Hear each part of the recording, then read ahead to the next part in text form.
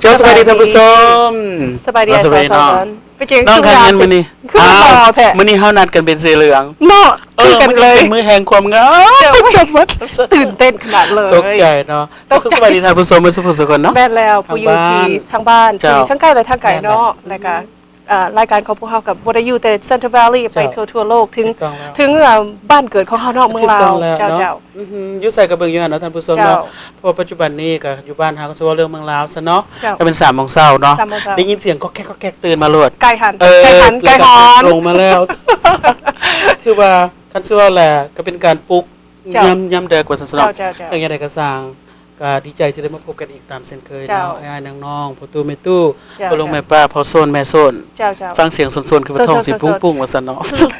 รายการของพวกเฮาก็พบกันกับพวกเฮาทุกๆวันจันทร์และวันพุธเที่ยงตรงเนาะรายการคันผู้ใดเบิ่งบ่ได้ตอนนี้เพราะว่าเดี๋ยวนี้ถ่ายทอดสดจากห้องส่งผู้ใดที่ว่าค่าไปช้อปปิ้งบ่ไปสวนบ่มื้อแรงเบิ่งก็ได้ตอนกลางคืนเที่ยงตรงกลางคืนแม่นแล้วท่านก็แสดงว่าถ่ายทอดสดคือเก่าแล้วเจ้าจังได๋ก็ติดตามชมเพราะว่าถ่ายแล้วถ่ายอีกก็สดแล้วสดอีกเนาะแต่ว่าพิธีกรนี่บ่สดจักเทื่อว่าละห่าวตัวหัวทีว่าตาเป็นยังไงความใหม่บ่จักหน่อยสิว่าสิฟังคำว่าห่าวนะแต่มันบ่แม่นกระแดเด้อบ่แม่นกระแดท่านผู้ชมทุกท่านที่ติดตามรับชมรายการของพวกเฮาเนาะจากมงยูเซทีวีเชื่อว่าเราอยู่บ้านเฮาก็ทั่วคงเขตเซ็นทรัลแวลลีย์เนาะแล้วก็นอกจากหันก็แม่นขอบใจท่านผู้ชมที่มาชมทางมอง USA TV ขึ้นเข้าอินเทอร์เน็ตแม่นล่ะเจ้า www.mongusa.tv.com และที่ขาดบ่ได้ก็คือต้องขอบใจสปอนเซอร์ผู้ที่ใจดีสปอนเซอร์ใหญ่ของเราคือหลายเติบเอาเริ่มจากผู้ใหญ่กันหมดเลยแหละเอาเลยแม่นล่ะเอาผู้ใดล่ะจากมง USA TV เนาะแล้วก็รวมสนับสนุนโดยของการและศูนย์การรับใช้พ่อแม่นักเรียนนักศึกษาของกระทรวงศึกษาธิการใหญ่ทั่วทุกเทศบาลเมืองในเมืองเฟรชโนแล้วก็มีอีก2 ทานแล้วก็ผู้นึงก็ลืมบ่ได้เป็นอาหารไทยเฮาเนาะไทยรีสอร์ทของอยู่เมืองเฟรชโนของเฮาเพิ่นซอยเพิ่นฝากคิวปอนไว้ให้พวกเฮาและคันผู้ใดท่านผู้ชมสนใจอยากได้คิวปอนให้ไปซิมาหาแซ่บโทรหาพวกแต่บ่เบิ่นซิมซื่อๆได้ซื้อ1แถมต้องซื้อ1แถม1ซื้อ2ก็แถม2นั่นแหละแล้วก็นอกจากหันกันเป็นต้องขอบใจกับท้องสุกเนาะเจ้าของหันใจดีจากตลาดลาวที่ด่าเนาะนั่นแหละที่ว่าเอาของควรให้ถูกต้องแล้วแขกพิเศษเฮาแม่นแหละทุกคนที่มารายการของเราเนาะเอาล่ะแล้วนอกจากหันกันก่อนถ้าจะเริ่มรายการโอ้ยเริ่มแล้วบ่นี่นะโอ้ยยังเริ่มเลยติเอาสิได้กระซางว่าลืมนานแล้วเพราะว่าบางกี้ก็ว่ามาสุดก่อนก็ว่าแง่นมาสินี่ก็ว่าห่าวหันแต่ว่าอยากไปมันแม่นแหละเขาสิว่าเรื่องแง่นกับอาหารผสมผสานกันนักเลยแต่ว่าบ่แม่นก็ได้โอ้ขอโทษนะครับนี่ถือว่าเว้าลิ้นว่าแบบภาษาชาวบ้านดอกเพราะว่าคันส่วนก่อนเพิ่นจะเรียนรู้โดยเฉพาะอย่างยิ่งเนาะน้องๆลูกหลานของเฮาผู้ที่ว่าเพิ่นเกิดมาใหญ่ล้วนน่ะเพิ่นสิเรียนรู้เพิ่นก็ต้องเริ่มจากภาษาง่ายๆนี่แหละน้องแม่แล้วสิว่าเริ่มเพียนมันก็ค่อยขึ้นสูงเท่าเล็กน้อยเข้ากับรายการของพวกเฮาเลยเนาะสบายในสไตล์เที่ยงตรงถูกต้องแล้วก็อย่าลืมนะท่านผู้ชมอย่าลืมไปทำบุญตักบาตรเนาะทิศนี้อีกก็มีบุญอีกเนาะแต่อยู่บ่ต้องว่าอุ้ยอยู่หันกับบุญเลยงานนึงคือบุญวัดบ่แม่นคนละวัดคนละบุญคนละบอนวัดลาวพุทธโพธารามเพิ่นจะมีการตักบาตรถนนได้ล่ะชื่ออยู่ถนนตัดซีเดอร์กับถนนวูดเวดคันสิชื่อได้นี่เลข4ตัว4แล้วก็4เลขดีบ่หั่น4เอา4กันอยู่บ้านเฮานี่แม่ว่าเลขเดียว4เลขแสดงว่าดีที่สุดสมเขาเป็น16เลยอยู่บ้านเฮาเข้าใจบ่เวลาเพิ่นหาป้ายรถเพิ่นยังเอาตัวว่าเพิ่นว่าเป่าเป่านี่มัน3บ่4ตัว4ตัวเลขเพิ่นบอกว่ากัน8เลขแสดงว่าเอาอยู่บ่ล่ะแสดงว่าเป็นเลขดีอีกเลขรถต้องเอาเลยต้องซื้อให้ได้รถตัวโอเคเพิ่นต้องซื้อกันราคาแพงได้เพราะฉะนั้นอันนี้เฮาต้องน่าสนใจเนาะเลือกเงินคือกันแม่นแหละเป็นมงคลแม่นไปซื้อเงินต้องอดเลขตัวนี้ต้องให้ได้แสดงว่าเดี๋ยวนี้เป็นเอ็กซ์เพิร์ทเรื่องเงินต้องได้ว่าเรื่องนี้เนาะก็อย่าลืมไปตักบาตรเนาะทำบุญทำกุศลเนาะแล้วก็ญาติหน้าอุทิศส่วนบุญส่วนกุศลถึงผู้ที่ล่วงลับไปแล้วและเฉพาะตัวเฮาเองก็ถือว่าเฮาก็ฝากธนาคารไว้กันแล้วกันเมื่อที่ว่าเฮาจากโลกนี้ไปแล้วแต่ว่าบ่อยากจากมันม่วนที่สุดเลยนะโลกนี้เนาะก็ถือว่าเฮาไปรับส่วนบุญส่วนกุศลของเฮาเป็นบ่เนาะอ้าวน้องคันทำบุญทำทานตลอดมาเนาะก็ได้สำเร็จแล้วความจุกงามไว้ตลอดงามกันแล้วถูกมื้อบ่ได้เงินมาเพราะฉะนั้นมื้อนี้ก็เป็นว่าพิเศษมื้อนี้ก็เป็นมื้องามพิเศษเป็นบ่เนาะอ้าวก่อนจะไปว่าถึงรายการงามพิเศษเนาะเพราะว่าเมื่อกี้เรื่องคำว่าอีหยังก็ห่าวสิว่าห่าวแม่นกระแดะบ่แม่นแต่ว่าหักคันห่าวนักๆก็กระแดะ ต้องทำต้องพอดีพองาม เขาหมายว่า พอดีพองาม ภาษาอังกฤษด้วยงานแบบ active นะเนาะท่านผู้ชมเขาหมายว่าแบบว่ากระตือรือร้นแบบว่าคำใหม่ด้วยท่านผู้ชมจดเอาไว้นั่นแหละสู้เราเป็นบอกให้มางานแต่เช้าเด้อทันทีว่าเข้าการ8 โมงห่าวมาแต่7 โมงครึ่งพุ่นโอ้ยไผสิห่าวปานนั้นแต่งตัวเรียบร้อยนั่นแหละเรื่องเฮ็ดงานบ่ได้ห่าวปานนั้นพี่ก็จังซั่นแหละชีวิตประจำวันเขาจะต้องห่าวหันเนาะอันนี้สิ่งที่ว่าให้ลูกหลานพวกเฮาว่ามีความห่าวหันได้อลูกเด้อเรียนสมาธิตาก็บ่แก้เฮ็ดซื่อๆอยู่แสดงว่าบ่ห่าวหันโอ้ยเพราะฉะนั้นต้องห่าวหันอ้าวแล้วนอกจากนั้นมาว่าเรื่องบุญกุศลแล้วอันนั้นพิธีนางงามนางสังขารเฮาเป็นจังไดน้องเพราะว่าน้องหันเงินเพิ่นเป็นกันซิว่านี่แนะนำอยู่แล้วหลายเทื่อแล้วเป็นนางงามผู้ไทยไม่ฮิตเลยนางงามอันนั้นวัยรุ่นลาวเมืองเฟรสโนเพราะฉะนั้นเป็นรักษาความงามไปตลอด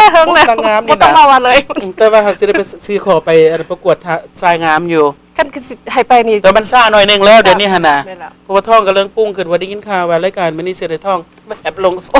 ดีใจอยู่โอ้ยความดีใจนี่จน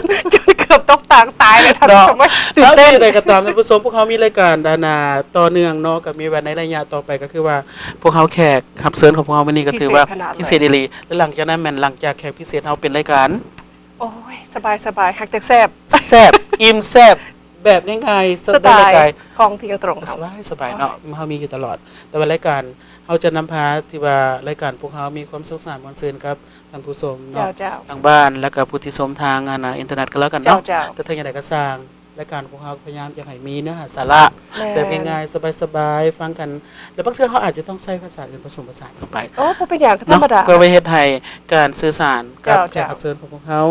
และมีความที่ว่าเข้าใจลึกซึ้งกับเนื้อเรื่องเพิ่นจะลมเนาะเอ้าไปพบกันเลยผู้ใดน้องเชิญมามื้อนี้โอ้ยผู้นี้หันโอ้ยเรื่องความงามเด้อความงามวะความงามอยากบ่ได้กับงามแล้วครับอีกสติ2เธอ2คนนี้มาเลยของส่งเขาเนาะจะได้สบายดีเนาะเขาเจ้าเลยเนาะเจ้าสบายดี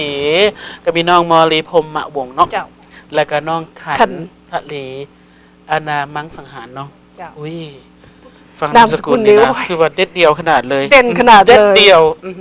ก็ต้องขอบใจน้องทั้งสองที่ว่าให้เกียรติมาร่วมรายการเที่ยงตรงเนาะถือว่าเป็นเกียรติอย่างสูงให้กับรายการของพวกเขาและการท่านผู้ชมทางบ้านที่กำลังติดตามอยู่น้องๆเนาะอ้าวเนื้อหาสาระเฮาเว้าเรื่องความงามโดยเฉพาะแม่แล้วเบิ่งเพิ่นกับฮู้เบิ่งเพิ่นฮู้เนาะกับงามเป็นโอ้ยงามแบบบ่ธรรมชาติธรรมชาติทันได้ว่า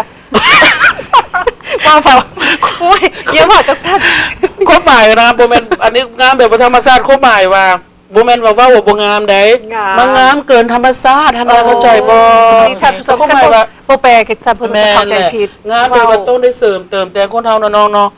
เพิ่นบอกว่าเด้ภาษาลาวไก่งามย้อนขนคนงามย้อนแตกถึงปากแหวนกระแตงก็ต้องงามหนา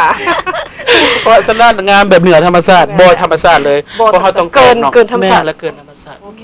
จังได๋จะถามมันน้องจะถามว่าเป็นจังได๋จังมาจังได๋จังเข้ามาในเกี่ยวกับเรื่องความสวยความงามมากบ่หรือว่ามีคนติดต่อบ่หรือว่าน้องอยากฮู้เนาะก็มีอย่างจูงใจและบันดาลใจอยากให้สนใจเรื่องนี้เอาเลย So do you want to go ahead and start with that or I can Okay I'll try to maybe try it in ภาษาลาว too กันภาษาลาวกับเว้ากับบ่เก่งปานใดให้กันส่งเสียงได้อยู่เนาะโอเคสำหรับห่าวแล้วห่าวแล้วเนาะดีละอันนั้นเริ่ม2 ปีแล้วนี่ที่จริงแล้วค่ะเหตุผลที่ไทยมารีเข้ามาเฮ็ดบริษัทของมันเป็น business บริษัทของ New Skin นี่ก็คือว่าตะกี้หันนอกกับอยู่ Fresno คือกันก็เฮ็ดตามพ่อแม่เพิ่นบอกว่าโอเคให้ไปห้ำไปเฮียนมารีก็เฮียนก็เฮียนได้ master degree ได้ master degree จาก Fresno State นี่เจ้าแล้วก็สมเสยที่สุดเลยแม่แล้วก็ยากเติมหักแต่ว่าเฮาก็เฮ็ดตามพ่อแม่เพิ่นว่าเพิ่นพามาอยู่อเมริกานี่เฮาก็ต้องได้พยายามสุดขีดแม่นแหละแล้วเนาะก็หลังจากนั้นแล้วก็ย้ายไปอยู่แถวเบย์แอเรียหันได้ประมาณ10 กว่าปีแล้วก็ไปเฮ็ดเวียกเป็นเจ้าหน้าที่อยู่แถวแซนแฟนหันก็เฮ็ดได้ประมาณ10 ปีแล้วหากเหตุผลที่เฮ็ดให้มารีเข้ามาเฮ็ดในบริษัทของ New Skin นี่ก็คือว่ามันก็เหตุผลเรื่องการเงินการค้ำน้ำแน่คือว่าเฮาเฮ็ดงานนี่ก็ได้ดีก็เฮ็ดได้ดีก็ยอมรับว่าได้ดีแต่ว่ามันก็บ่ไปใส่มาใส่แม่นแล้วแบบว่าเขามีความต้องการหลายจะเป็นหลายกว่าที่เขาหาได้ก็แม่นก็คือว่าเฮาก็บ่ถอยหลังหักแต่ก็บ่ก้าวหน้าแล้วเฮาก็ ก็อยู่หม่องเก่า ก็เลยสร้างความ เ อยากสร้างความก้าวหน้า แม่ เพิ่มเติม แม่แล้วก็ เลยอาศัยเอาความงามนี่มาเพิ่มเติม เจ้าก็คือว่ากับแม่นจังซั่นเพราะว่า เจ้า ช่วงระยะ15ปีนี้มารีก็เขามามีบทบาทพัวพันกับในอัน community organizing เจ้า แล้วว่ามีนาน profit อย่างมารีก็เฮ็ดมานำตลอดแล้วก็หลังจากที่มีคนมาแนะนำให้ว่าที่จริงนี่ก็บ่แม่นคนมากสวยมากงามดอกหากแต่ว่าบริษัทที่นี่ก็บ่มีแต่ความสวยความงาม มันก็มีเรื่องเกี่ยวกับสุขภาพบ่แนวใดสิได้เฮานี่เจ้าแม่นแล้วแล้วตอนนั้นหั่นมารีก็คิดว่าก็ลองเบิ่งเพราะว่าเฮาก็เทื่อคันได้ตื้มกันเดือนแล้วเท่านั้นเท่านี้มันก็สิซอยได้หลาย แม่นแหละ ก็ ถูกต้อง ได้ เล็กๆน้อยๆเพิ่มเติมเดี๋ยวนี้บ่แม่นเล็กน้อยได้หลายได้เนาะ มัน มาเต็มกระ ก็ ตุ้ โอน กระ เค ตา แล้ว เลยเด้ เจ้าก็โอเคแล้ว เรือธนาคารแล้ว แล้วมารีก็ลองมาใส่ก่อนเฮาสิเอาไปให้พี่ให้น้องเฮาจริงๆนี่เพราะว่าเฮาก็ มาเริ่มจาก เจ้า เฮา แม่นแล้วเริ่มจากเฮาเพราะว่าเฮาเองก็เฮ็ดเวียกในสังคมหลายคน ด้วย คันสิว่าผู้ใหญ่นี่เพิ่นก็ฮู้จักเฮาอย่างซี่นะเฮาก็เฮาก็ต้องแน่ใจว่าสิ่งที่เฮาสิเอาไปให้ผู้ใหญ่คนอื่นใส่นี่มันต้องได้ผลแท้ หมายความว่าจะต้องเริ่มจากเฮาซะก่อน เจ้า เนาะ เฮามันต้องได้ผลแน่นอนแล้วเฮาค่อยจังสิกล้าเอาไปเว้า ด้วย จังซั่นนะโดยเฉพาะในหน้าที่การงานเฮาอย่างซี่นี่มันก็มีคนนับ ปาน ห นั้ น้าน ปานนั้นเราบ่เก่งเนาะ มันกำลังสิว่าอยู่แต่เป็นว่าเก่งบ่รู้ว่าบ่เก่ง ปานนั้นก็เอาไม้ให้เด้อปุ๊บ ก็เว้าถึกเว้าผิดไปจังซี่ล่ะ คันสิว่าแล้วก็ห้าวอยู่ดอกน้องบ่เป็นหยัง เจ้าเจ้า แสดงว่าหมายความว่าปัจจุบันนี้น้องก็ยังอยู่เวียกเก่าแดแล้วก็เวียกปัจจุบันนี้ เจ้า เป็น แม่ เวียก แล้ว เพิ่มเนาะ แม่แล้ว ทั้งสองเวียกเลยว่าซั่นซะ เจ้าเวียกตัวนี้นี่ก็ถือว่าเป็นพาร์ทไทม์เริ่มจากพาร์ทไทม์2 ปีแล้ว นั่นแหละ เขาก็ค่อยเฮ็ดไปค่อยนั่นค่อยนี่ไปแล้วก็2 ปีต่อมานี่ก็ ด้วย ก็แบบว่าโอเคมันก็โอเคแล้วเพราะว่าเขาก็มีทีมงาน คนที่มีความห่าวหันท่านผู้ชมเนาะเพราะว่าจะเป็นเวียก1เวียก2เวียกของเฮือนนี่เนาะ เวียก แล้วก็มันจะ 4ก็ยังเฮ็ดได้ แค่ผัวกับบ่ได้มันจะแค่สี่ห้าอย่างผสมผสาน ก็ยังเฮ็ดได้เพราะ แต่ว่า ว่า คัน มี สิ ค ว่า วาม มันเป็นเขาไม่กล้าเพิ่นว่าเป็นซุปเปอร์วูแมนเนาะ แม่นซูเปอร์แมนก็มีความหาวหันอยากเฮ็ด มีความห่าวหัน เนาะว่าบ่อยากคงที่อยากก้าวหน้า แสดงว่ามื้อนี้ต้องใช้คำห่าวหันในตลอดกาล ขนาดเลย อันน่ะคันสิว่าแล้วเป็นบรรยากาศที่ดีต้อง จ้ะ ขอขอบใจหลายๆและน่าสนใจ แสดงว่าทุกอย่างเนาะเขาจะเริ่มจากตัวเองบางเทื่อเฮาไปแนะนำคนอื่นนะโดยที่ว่าเฮาบ่เคยประสบการณ์มันบ่น้องคนนี้ เจ้า มันก็ยากคือกันเนาะ ก็ยาก อยากถามน้องมอลีว่ามาลีเนาะ น้องคันทลี นั่นนี่เอ้ย นั่นแหละ คันทลี เจ้า มักบ่หรือว่าจังไดหรือว่าเป็นจังได ความเป็นมา ความเป็นมา